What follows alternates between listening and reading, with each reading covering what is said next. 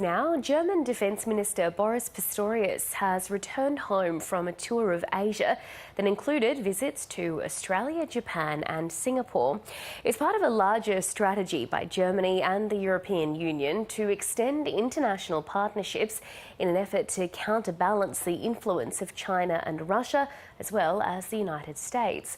Deutsche Welle correspondent Brandt joins us now from Berlin. Hi there, Hans. So what is Germany looking for in its initiatives in Asia?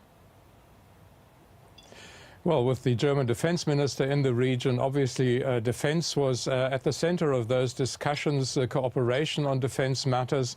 Obviously, the Pacific region is not exactly Germany's backyard. Military developments, tensions there around Taiwan are not something that affects Germany directly, but the position is that the global situation is such that whatever happens anywhere in the world has an effect worldwide. And so Germany is trying to increase its defense cooperation in the region with Japan, with Australia, also in terms of the exchange of armaments in the armaments industry, basically to try and establish reliable connections to these countries, for instance, with the participation of Germany also in maneuvers, in military maneuvers in the region, not only with Australia or in the Pacific region with Japan, but even with India. So what does Germany and the EU have to offer to strengthen these partnerships?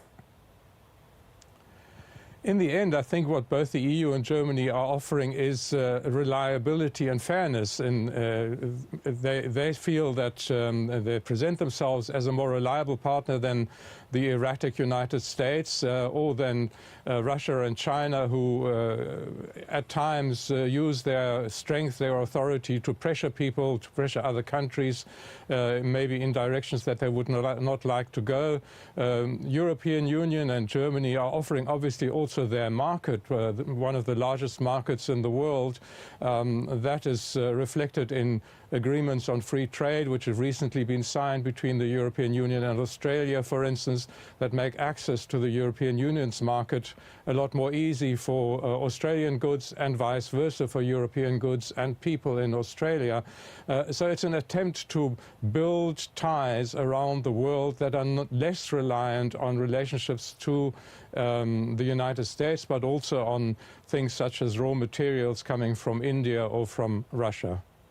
And is Europe only looking for stronger partners in Asia or elsewhere as well? Well, in fact, this is part of a global initiative on the part of the European Union and of Germany. Similar sorts of agreements are being conducted, are being made around the world. For instance, a security agreement between the European Union and Ghana in West Africa quite recently, but also free trade agreements are in the offing with India, between the European Union and India, also have been signed with South American countries, the Mercosur countries. So again, it's an attempt to build this kind of global network based on rules rather than on erratic behavior from someone like Donald Trump or an authoritarian pressure from countries such as China and Russia, basically to try and preserve the rules-based global order, which Germany sees as threatened by developments both in China and Russia, but also by the erratic behavior in the United States. Brandt in Berlin there for us. Thanks very much for the details.